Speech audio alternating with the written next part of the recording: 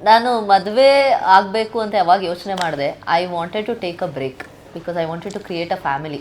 ಒಂದು ಅದನ್ನು all set ಮಾಡಿ ಮತ್ತೆ ಕಮ್ ಬ್ಯಾಕ್ ಮಾಡೋಣ. ಬಟ್ ಆ ಬ್ರೇಕ್ ಇಷ್ಟೊಂದು ದೊಡ್ಡದ? I had a marriage, after that I had 2 kids. ನೀವು ನನ್ನ ಎಲ್ಲೋ ಒಂದ್ ಕಡೆ 2 ಮಕ್ಳಿರೋದು ಮರಿತಾ ಇದ್ದೀರಾ. ನೀವ್ ಹಂಗ ಇಲ್ವಲ್ಲ, ಅದೇ ಆಗಿತ್ತಪ್ಪು. ನೀವಿಬ್ರು ನೋಡಿದ್ರೆ ಮನ್ಸೋದೇ ಇಲ್ಲ. 2 ಮಕ್ಳು ಇವ್ರಿಗಿದ್ದಾರೆ, ಅಷ್ಟೊಂದು ಜವಾಬ್ದಾರಿ, ಅಂದ್ರೆ ಜವಾಬ್ದಾರಿ ಬಿಟ್ಟಿದ್ದೀರಿ ಅಂತಲ್ಲ, you manage so nice, like good.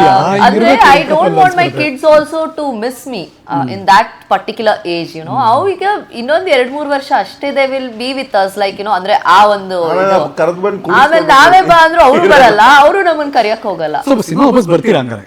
Definitely. ಅದು ಏನಂತಾರೆ, ಒಂದ್ಸರಿ ನನ್ಗೆ ಹೇಳೋರು ನಮ್ಮ ಸೀನಿಯರ್ ಆಕ್ಟರ್ಸ್ ಎಲ್ಲ, ಅವಾಗ ನಾನ್ ಬಂದ ಒಂದ್ಸರಿ ಇಂಡಸ್ಟ್ರಿಯಲ್ಲಿ ಇಡ್ಲಿ ವಡ ತಿಂದ್ಬಿಟ್ರೆ ಬಿಡಲ್ಲ ಅಷ್ಟು ಈಸಿಯಾಗಿ ಅಂತ. ಈಗ ಅವ್ರು ಇಡ್ಲಿ ವಡೆ ಕೊಡ್ತಾ ಇದ್ದಾರೆ ಪ್ರೊಡಕ್ಷನ್ ಎಲ್ಲ.